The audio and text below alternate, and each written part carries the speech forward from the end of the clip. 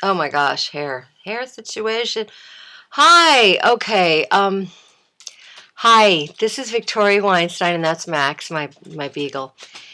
And I'm speaking to you. I don't know your name, but you're on Twitter as as Anxiety Society.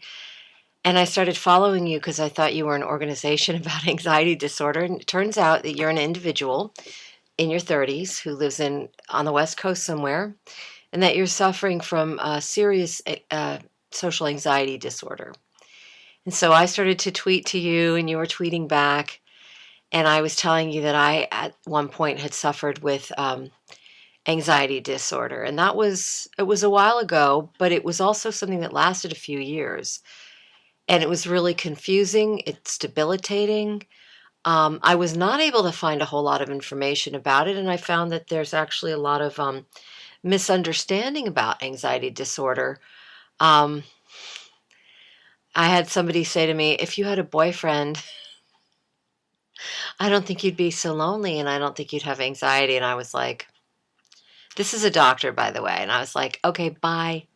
Bye. I don't think I'll be seeing you again. In fact, I think I'll write a nice little note to your practice about your wonderful diagnosis. So, people don't understand this disorder very well. And I'm not a doctor. I don't even play one on TV, but I am going to just tell you my experience of this is that it's, first of all, really hard to describe to people the anxiety that you feel and what it's doing to your body and your mind. Because m- my feeling was that this constant state of anxiety, and I don't want to describe symptoms here because I don't want to trigger you, okay? But that this constant stuff that I was feeling is really hard to describe, and that therefore doctors were like, what? I don't really know what you're talking about. And that one of the horrible symptoms is that I felt like am I losing my mind? What, this is such a strange sensation. I would often wake up in the middle of the night out of a sound sleep with a massive panic attack, for instance. And what's that about? It's like clearly not being brought on by any external circumstances. Also, to compound my situation and how confusing it was for me, I was in a really happy time in my life, really, really happy. Loved my work. I lived in a beautiful home provided by my work.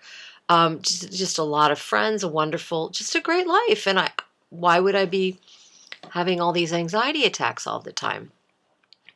So it wasn't something I wanted to talk about. And I found that people were generally not always very compassionate. So I already told you that I really believe that you deserve to surround yourself with compassionate and understanding people. That's really important. And I made a couple comments about body work, and you asked me what I meant by that, and I told you that I did. Here's some of the modalities that I have worked with that have helped me a lot in management of anxiety, which I would have to say I'm recovered from because I haven't had any kind of anxiety, just attacks or anything for years. So I worked with hypnotherapy. I worked with massage. I worked with craniosacral therapy, which is sort of a form of healing touch and massage and almost like a Reiki thing, but it does a lot of emotional release. Um, I worked with acupuncture a couple of times.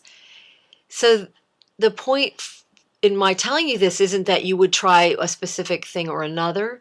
I also did and still do breathing work, meditation and prayer, a lot of that. And um, for me, it's just really important to have times of silence and serenity and a home that's really serene.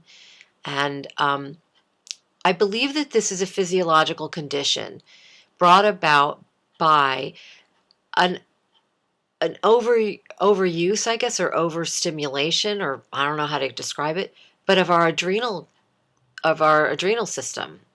Um, that our adrenaline gets rushing and going at times of crisis and stress, and that over time the whole system just kind of goes kaflooey.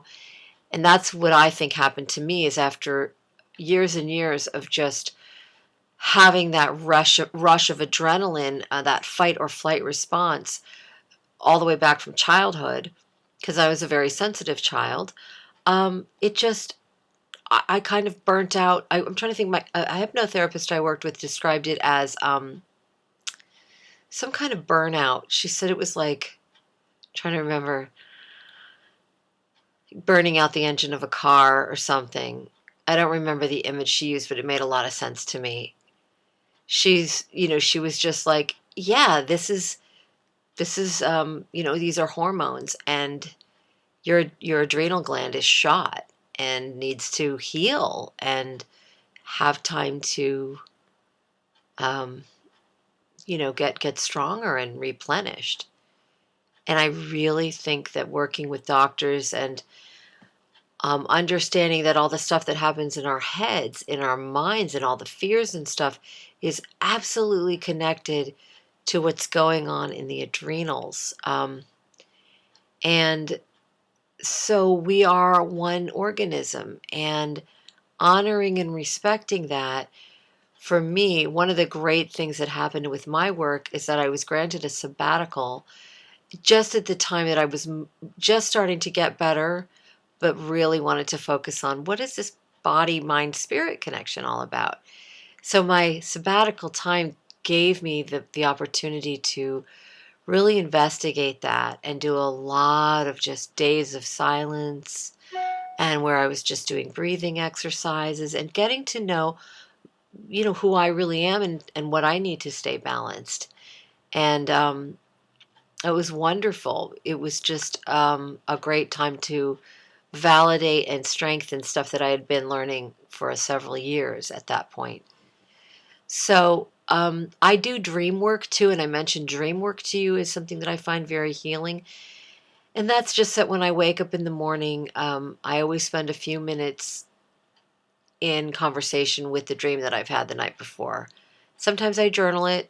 Sometimes I just spend some time kind of reflecting on the images and more just honoring it. Jung calls it befriending the dream. So not trying to like figure out, what did it, what was the symbolism? What was its meaning? But just to kind of be in the presence of the dream. Like, oh, in my dream I was very happy. Okay. Or in my dream I was very frightened. Okay, let's just like honor that and respect it, and be present to that. There's a man named Jeremy Taylor, who's written several great books of dream work and how to do dream work. I really recommend him to you. I've actually taken one of his classes, and he's a really cool guy. I'm really glad that you and I connected on Twitter. I'm really glad that you're on Twitter anonymously. That's fine. You don't have to tell anybody that you don't want to about what you're going through. But you're not alone. There are millions of people struggling with this. And I really believe you can heal. And I really believe that this is a physiological condition brought about by an overstress truly of our nerves. My grandmother used to always say, "Oh, Vic, my nerves are shot. I have really bad nerves." And so I think some of this is genetic. When I started to really suffer with anxiety disorder, I kept remembering my grandmother, and I was like, this is what she meant. My nerves are shot. Yeah, my nerves are literally like shot. They're not functioning right. So this is, I hope, the beginning of just a longer conversation, but I didn't feel like writing a big, blog post, and I didn't feel like podcasting. I just thought I'd get the camera out and talk to you and say, hey, I look forward someday to maybe talking to you if you ever want to, because I know the phone causes you anxiety. And I think this could really be something that you don't have to struggle with all your life. That's more than anything what I wanted to tell you, okay, that there's hope. And the more we understand and surround ourselves with compassionate people and peace and some medical help that we need and deserve, and all of the good things that help you feel healthy and balanced, most of all, being able to tell the truth about your life, I think those are very, very healing things. So I hope we'll talk more. All right. Take care.